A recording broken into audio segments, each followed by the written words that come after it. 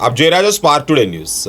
અમદાવાદ વિમાન દુર્ઘટનામાં મૃત્યુ પામેલા મૃતકોની આત્માના શાંતિ માટે અને ઘાયલોને સ્વસ્થ થાય તેવી મનોકામના તેવી કામનાની સાથે જ વિષ્ણુ સહસ્ત્ર નામ પાઠ તેમજ શ્રીમદ ભાગવદ્ ગીતાના 12માં તેમજ 15મા અધ્યાયનું પારાયણ કરવામાં આવ્યું છે। શ્રી સ્વામી ગોવિંદ દેવગીરી વેદ સંસ્કૃત મહાવિદ્યાલય વાઘોડિયાના ઋષિકુમારો અને ગુરુજન દ્વારા જ આ મૃતકોની આત્માને શાંતિ મળે તે હેતુસર આ અધ્યાયનું આયોજન કરવામાં આવ્યું છે।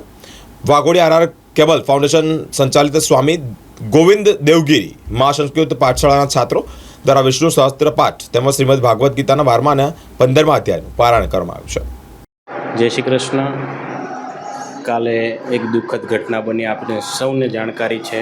અમદાવાદમાં જે એર ઇન્ડિયાનું પ્લેન ક્રેશ થયું એના સંદર્ભમાં કાબરા ફાઉન્ડેશન સંચાલિત શ્રી સ્વામી ગોવિંદ દેવગીરી વેદ વિદ્યાલયના છાત્રો દ્વારા એ બધા જ જે કંઈ મૃતકો છે એમના આત્માને શાંતિ મળે એટલા માટે આજે વિષ્ણુ સહસ્ત્રનો પાઠ અને શ્રીમદ ભગવદ્ ગીતાના 15મા અધ્યાયનો પાઠ કરી અને બધા જ જે કંઈ દિવંગત આત્માઓ છે એમને બધાને શાંતિ મળે એ માટે પાઠ કરવામાં આવ્યો અને બધા જ જે કંઈ દિવંગત આત્માઓ છે એને પ્રભુના ચરણોમાં વાસ મળે એ અર્થે વિષ્ણુ સહસ્ત્રનો પાઠ કરવા માટે જય શ્રી કૃષ્ણ।